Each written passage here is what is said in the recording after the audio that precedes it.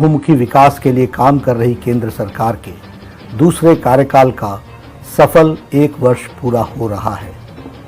इस अवसर पर मैं लोकप्रिय प्रधानमंत्री श्री नरेंद्र मोदी जी को भारतीय जनता पार्टी के राष्ट्रीय अध्यक्ष के नाते करोड़ों करोड़ों भाजपा कार्यकर्ताओं की तरफ से बहुत बहुत बधाई देता हूं। मित्रों, मोदी सरकार का प्रथम कार्यकाल यदि बहुप्रतीक्षित सुधारों व न्यू इंडिया के आधारभूत ढांचे को स्थापित करने वाला और समर्पित था, तो वहीं मोदी सरकार का द्वितीय कार्यकाल यह प्रथम वर्ष के कड़े व बड़े फैसलों तथा चुनौतियों को अवसर में बदलने के लिए जाना जाएगा। इस 1 वर्ष में मोदी सरकार ने जनहित, लोकहित के उन फैसलों को अमली जामा पहनाया है जो देश की एकता, अखंडता को सुदृढ़ करने वाला था, सामाजिक व आर्थिक न्याय दिलाने के साथ साथ अपनी वैचारिक प्रतिबद्धता को पूर्णता प्रदान करने वाला है। चुनौतियों को अवसर में बदलना ही किसी नेतृत्व की नेतृत्व क्षमता का परिचायक होता है। गत 6 वर्षों में देश की जनता ने यह देखा है और महसूस किया है, दिलाने के साथ साथ अपनी वैचारिक प्रतिबद्धता को पूर्णता प्रदान करने वाला है। चुनौतियों को अवसर में बदलना ही किसी नेतृत्व की नेतृत्व क्षमता का परिचायक होता है। गत 6 वर्षों में देश की जनता ने यह देखा है और महसूस किया है, दिलाने के साथ साथ अपनी वैचारिक प्रतिबद्धता को पूर्णता प्रदान करने वाला है। चुनौतियों को अवसर में बदलना ही किसी नेतृत्व की नेतृत्व क्षमता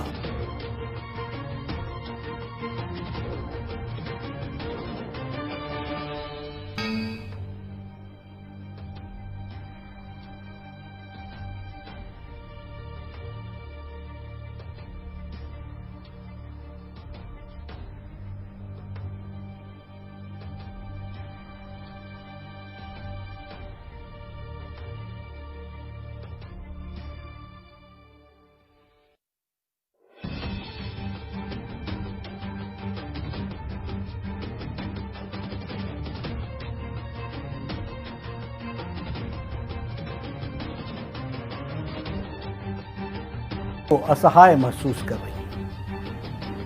ऐसी कठिन चुनौती से सामना करने के लिए प्रधानमंत्री श्री मोदी जी ने जिस संयम और संकल्प के साथ जन भागीदारी का आह्वान करते हुए कोरोना के विरुद्ध शंखनाद किया है, वह अद्भुत था।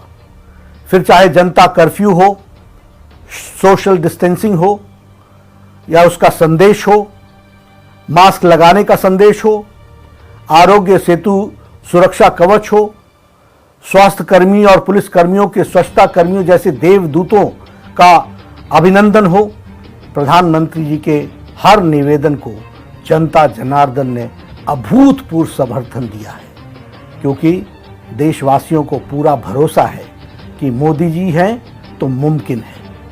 स्पष्ट नीति, सटीक निर्णय लेकर प्रधानमंत्री जी ने दुनिया को दिखा दिया है कि भारत ऐसी समस्याओं से भी मजबूती के साथ लड़ने और उसने निपटने का सक्षम है। एक प्रधान सेवक, एक प्रधान अभिभावक, एक संरक्षक के रूप में देशवासियों के हौसले को बढ़ाने, और यह प्रधानमंत्री जी अद्भुत तरीके से इसको उन्होंने किया है। प्रधानमंत्री जी के नेतृत्व में जन भागीदारी, जन विश्वास, जन सरोकार और जागरूकता, जागृत चेतना के 4 मजबूत स्तंभ बनकर उभरे हैं। 28 मार्च को प्रधानमंत्री श्री नरेंद्र मोदी जी का आह्वान पर पीएम केयर फंड की स्थापना हुई, और मुझे ये बताते हुए गर्व का अनुभव होता है कि मात्र 1 सप्ताह में 6,500 करोड़ रुपए इस फंड में जमा हो गए। ये बताता है कि कैसे हमारे प्रधानमंत्री जी के एक पुकार पर देश तन, मन, धन से सहयोग करने के लिए आगे आता है, और इन्हीं 2 महीनों में इस महामारी से लड़ने की एक मजबूत स्वास्थ्य ढांचा खड़ा कर दिया गया है। प्रतिदिन 1.6 लाख से ज्यादा टेस्टिंग हो रही है, जो कि अप्रैल में मात्र 10,000 थी। देश में आज लगभग 1,000 डेडिकेटेड अस्पताल हैं, जहां कोविड महामारी की शुरुआत में ही पीपीई किट के निर्माण नहीं हो रहा था, वहीं आज लगभग 600 से ज्यादा अधिक स्वदेशी निर्माताओं ने आगे बढ़ करके द्वार देश के प्रतिदिन 4.5 लाख से अधिक पीपीई किट का निर्माण कर रहे हैं। देश में लगभग 60,000 से अधिक वेंटिलेटर की व्यवस्था की जा रही है, जिनमें से 58,000 से अधिक मेक इन इंडिया के तहत बन रहे हैं। इनमें से लगभग 50,000 वेंटिलेटर पीएम केयर फंड के आवंटित राशि से खरीदे जाएंगे। 650 से अधिक टेस्टिंग लैब कार्यरत हैं। आज हमारा देश कोरोना की महामारी से लड़ने के लिए स्वस्थ संसाधनों के साथ आत्मनिर्भर खड़ा है, और यह कथ्य, तथ्य और सत्य तीनों की कसौटियों पर खरा साबित होता है। इस जनबल और आत्मबल को अपनी भुजाएं बनाकर प्रधानमंत्री जी आज आत्मनिर्भर भारत के लक्ष्यों की तरफ बढ़ रहे हैं। हमारे भारत की मजबूत भुजाएं हमारे श्रमिक बंधु हैं, जिन्होंने अपने खून पसीने से इस विशाल राष्ट्र के निर्माण में अपना अमूल्य सहयोग दिया है। आज इस विपदा की घड़ी में आदरणीय प्रधानमंत्री जी के नेतृत्व में हमारी पूरी सरकार ने हर प्रवासी मजदूर को उनके गंतव्य स्थान तक पहुंचाने का प्रयास किया है, और अपने इस संकल्प में हम दिन प्रतिदिन नई नीतियों और सुझावों को समाहित करते हुए और इसको सरल और प्रभावी करने की कोशिश कर रहे हैं। साथ ही विदेशों में रह रहे प्रवासी भारतीयों को और जो विद्यार्थी हैं को स्वदेश लाने का भी प्रयास सरकार वंदे भारत मिशन के तहत किया जा रहा है। कोरोना संकट में पटरी से उतरी हुई भारतीय अर्थव्यवस्था को सुचारू करने के लिए भारत के प्रधानमंत्री श्री नरेंद्र मोदी जी ने स्वदेशी और स्वावलंबन का नारा देते हुए देश की आत्मबल को पुनर्जागृत किया है। साथ ही लोकल के लिए वोकल का नारा देकर के स्थानीय उद्यमों को बढ़ावा देने की जरूरत पर बल दिया है। यह एक लंबी लड़ाई है जिसमें हम सबको सोशल डिस्टेंसिंग, फेस कवर और संयम के साथ आगे बढ़ना है।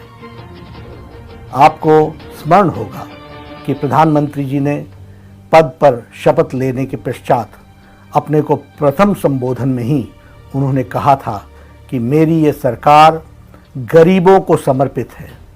इसी संकल्प को ध्यान में रखते हुए इस विषम परिस्थिति में भी प्रधानमंत्री जी ने 26 मार्च 2020 को ही 1,70,000 करोड़ का प्रावधान गरीब कल्याण योजना के तहत घोषित किया था, जिसके तहत डायरेक्ट बैंक ट्रांसफर के माध्यम से देश के लगभग 9 करोड़ से अधिक लोगों के खातों में किसान सम्मान निधि के तहत 2,000 रुपये प्रति व्यक्ति की राशि भेजी गई। पहले गरीब रहता था फाके में, अब धन जाता है सीधे उसके खाते में। 80 करोड़ लोगों को 5 किलो गेहूं और 1 किलो दाल अगले 3 महीने तक, यानी गरीब परिवार को मुफ्त राशन भी देश में 1 नेशन 1 राशन कार्ड।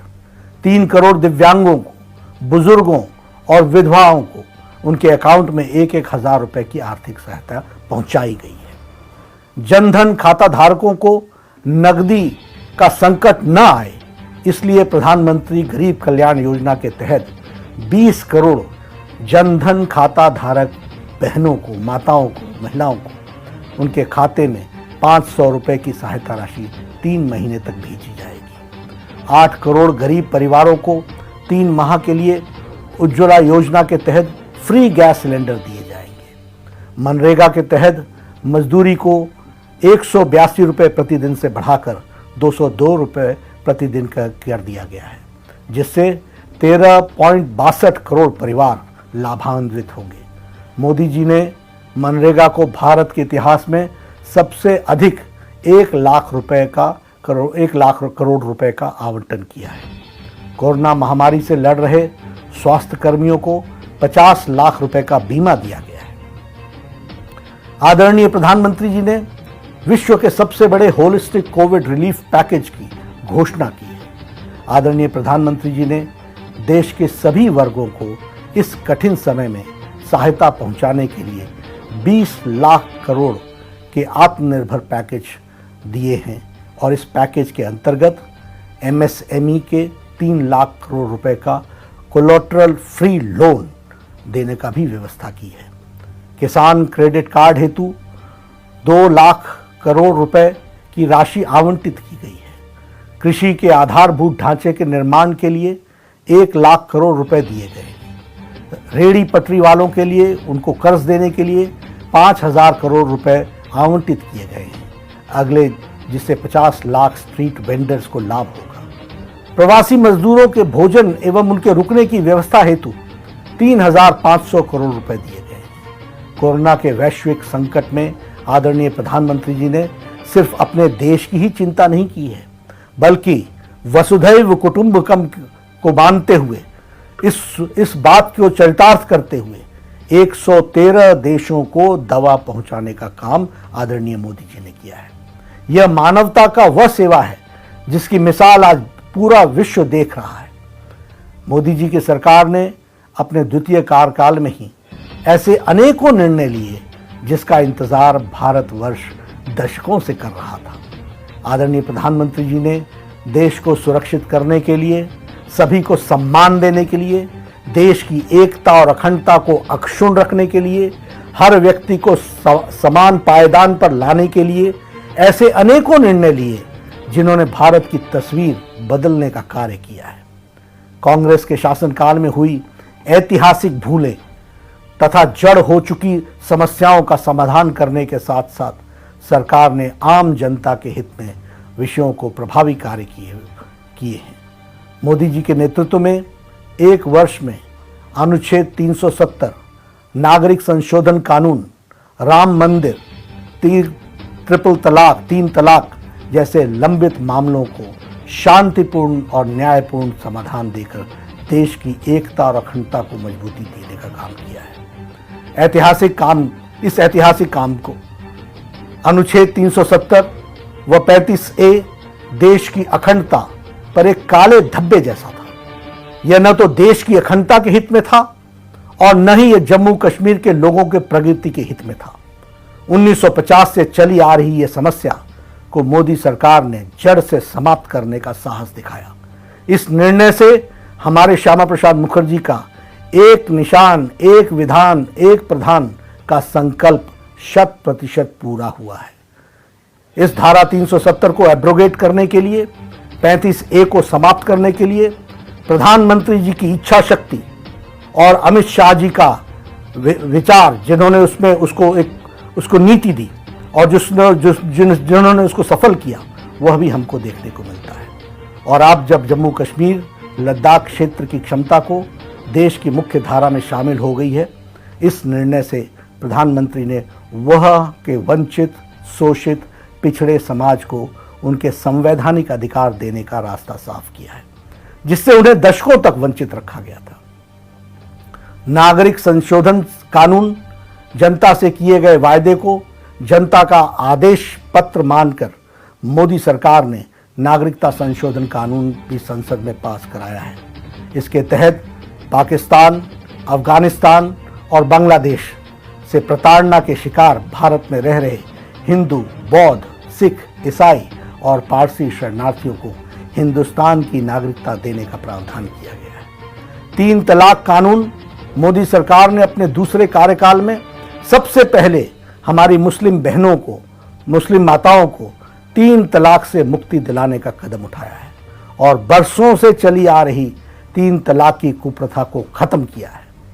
राम मंदिर मामले को समाधान, भारतीय जनता पार्टी शुरुआत से ही संविधान की व्यवस्था के तहत रामलला के भव्य मंदिर के लिए प्रयासरत थी, जबकि कांग्रेस बार बार इसमें अड़ंगा लगा रही थी। वर्षों बाद देश की सर्वोच्च अदालत की 5 जजों ने सबने एक साथ मिलकर उस बेंच ने सर्वसम्मति से विवादित जमीन को पर रामलला के पक्ष में निर्णय दिया है और 135 करोड़ भारतीयों का सपना साकार हुआ है। प्रधानमंत्री जी के नेतृत्व में सरकार ने भव्य मंदिर के निर्माण के लिए श्री राम जन्मभूमि तीर्थ क्षेत्र का गठन किया है और इसके लिए तीर्थ क्षेत्र की पूरी भूमि आवंटित की है।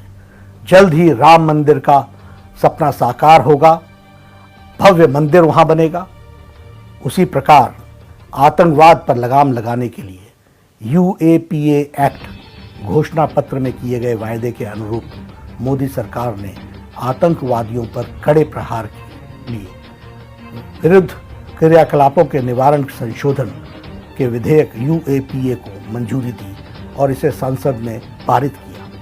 अपनी दूरदर्शी नीतियों से टीम इंडिया की भावना सुदृढ़ करते हुए मोदी जी ने सरकार में भारत के लोकतंत्र को एक नई दिशा दी है।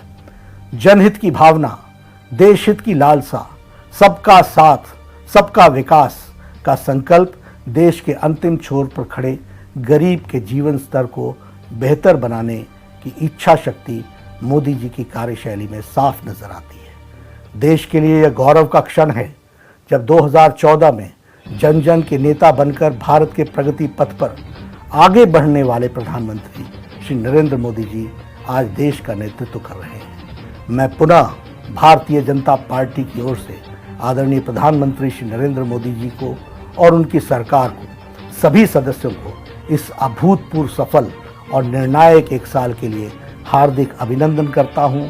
आदरणीय मोदी जी के नेतृत्व को कोटि कोटि वंदन करता हूं। और यही मेरे दोस्तों, मेरे सभी कार्यकर्ता बंधु, हम उनके बताए रास्ते पर और ताकत के साथ चले